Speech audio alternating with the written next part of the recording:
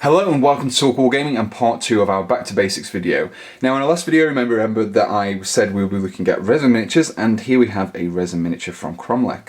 As you can see, it comes in this kind of small sprue where we've got an arm and a body there, and this kind of this lump at the bottom that holds them together. So that's the resin miniature we're going to be looking at. Now resin is slightly different from plastic that we looked at in the last episode. It's kind of harder and you can't use plastic glue, but it does allow much better detailing to be achieved than hard plastic does.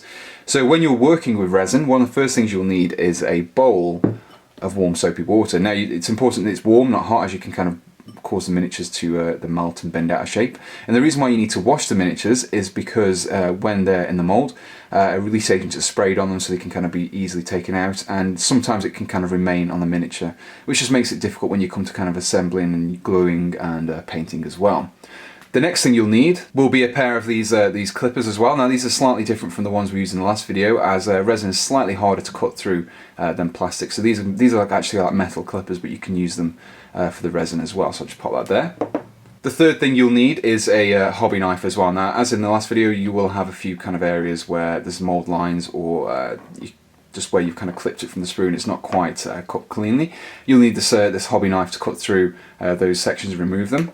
And finally, you also need some super glue. Now, you can't use plastic glue as we did in the last video, as the glue won't melt resin. So you need to use super glue, which is a little bit trickier to use, but it's the only option for resin miniatures. So there's everything that we need: soapy water, clippers, knife, and also some super glue. You could also use some knives, some files as well if you wanted, which just helps when if you've got like a flat area, you can just use these to kind of smooth down any areas as well. So that's everything you'll need. Let's kind of guide you through how to work with resin. So step one is to clean the miniature. Now a lot of people kind of want to skip this step and just rush ahead to assembling and painting, but it's very important that you don't forget this. I have my miniature here and also have a kind of a cheap toothbrush as well, so nothing too fancy, just enough to kind of get into all those grooves and everything. The water should be warm, not hot, and I've just used some like dishwashing liquid in there as well. So just dip the miniature in there, and then you can use a toothbrush just to kind of make sure that it gets in. You clean off all these small areas like so. So it's just basically ensuring that there's no more release agent on the miniature, otherwise when you come to paint it, it won't stick to the miniature and it's kind of it'll just leave bare resin rather than priming it properly. So once it's kind of been given a clean, you can just take it out and just leave that to dry. It shouldn't take too long. You can just damp it down with a towel or a cloth anyway. So once you've cleaned the miniature, you can get on to assembling it. So now that the miniature has been cleaned, it's now time to remove it from the sprue. Now for this we'll be using the clippers like we did in the plastic video. This side has a flat side like before. I'm just going to line it up with the bottom of the foot here to clip that off nicely, and also there as well. So that's removed the legs from the bottom, and we also have this arm as well. So we're doing the same thing, just kind of line up. You don't have to be too precise with this. You don't want to clip the miniature when you actually come to do it, and that's just snapped off. And I'll just clip that off there as well. So that's the body and the arm have been removed. There's a few kind of, you can just see there, just see on the bottom of the feet there, where it's not very smooth, and it will need to be kind of cleaned up before we actually kind of think about putting it on the base as well. So for this we'll need to move on to the next stage, and for that we'll need to use the hobby knife. And as these are very, very sharp, you should be very, very careful with these. Make sure you cut away from yourself, and if you're applying too much pressure, if you find yourself struggling to cut through a particular piece, then you're probably using the wrong tool and shouldn't be using this. Cuts from these can hurt a lot. I've got a scar on my finger just there to prove it, one of my the worst cuts that I've had. So when you come to kind of just trim these feet off, make sure you cut away from yourself, and you only want to cut a slight layer off at a time. You don't want to cut the whole thing, as you'll be applying too much pressure, and if you slip you will cut yourself. So that foot's clean there, and do the same for the other one.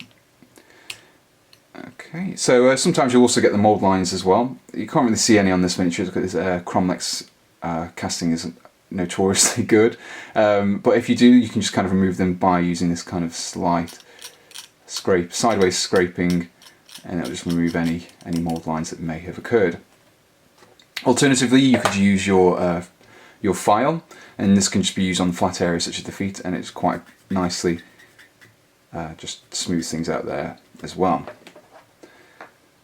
Now, one of the things I should stress when working with resin is that you use a kind of a mask of some sort, or you kind of do it in a well ventilated area, as the particles from resin can be slightly toxic. I think they can get into your lungs and give you a nasty cough. So it is always advised, just from a safety point of view, just to take precautions and try to avoid inhaling too much resin dust.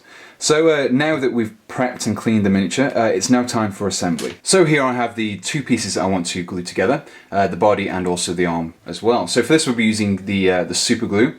Make sure you use super glue, not plastic, as I mentioned before, as the plastic won't bond carefully. Now you've got to be careful with super glue, as it bonds very, very quickly and you can quite easily get your fingers stuck. So only use a small amount and make sure you keep your fingers clear. So you want a small bead just on the arm there. Now when you hold these together, you want to hold them very firm and kind of keep them still, as they will bond very quickly and you don't want to get them into the wrong position. So I'm just going to line up like that and just get the arms correct. So I've got the arms in the pose I want, so I'm just pressing on with some force, not too strong, otherwise you can damage the miniature, but just enough. So just hold it on for a few seconds and there we go, the bond should be made. Now I'm using the Army Painter's super glue here, as it's perfect for kind of metal miniatures. It gives you just enough bonding time to be able to kind of play with the positioning ever so slightly just before it sets solid. Some other kind of more commercial, more readily available glues don't give you that as much time. So the arm's there. It's pretty much stuck now. You best just leaving it for a little while just for it to properly set. So managed to get no glue on my fingers this time, but don't use too much. As you can end up leaking out the sides and it can kind of damage the sides of the miniature as well. So here we have the completely assembled miniature. Resin is a little bit more difficult to work with than hard plastic, so it's kind of recommended you move on to this after kind of getting to grips with the tools on hard plastic. So hopefully you found this tutorial useful. If you did, please let me know in the comments and also subscribe. The tools that I've used in this video are from the Army Painter again. You can actually get a hold of most of these in I think it's like a metal assembly kit. It's available from the Army Painter. I'll link to that in the description. Next Back to Basics video, I'll probably be looking at how to work with metal. It's pretty similar to how you work with resin, but I'll just kind of focus on that in a separate video. So as always, thanks for watching and goodbye.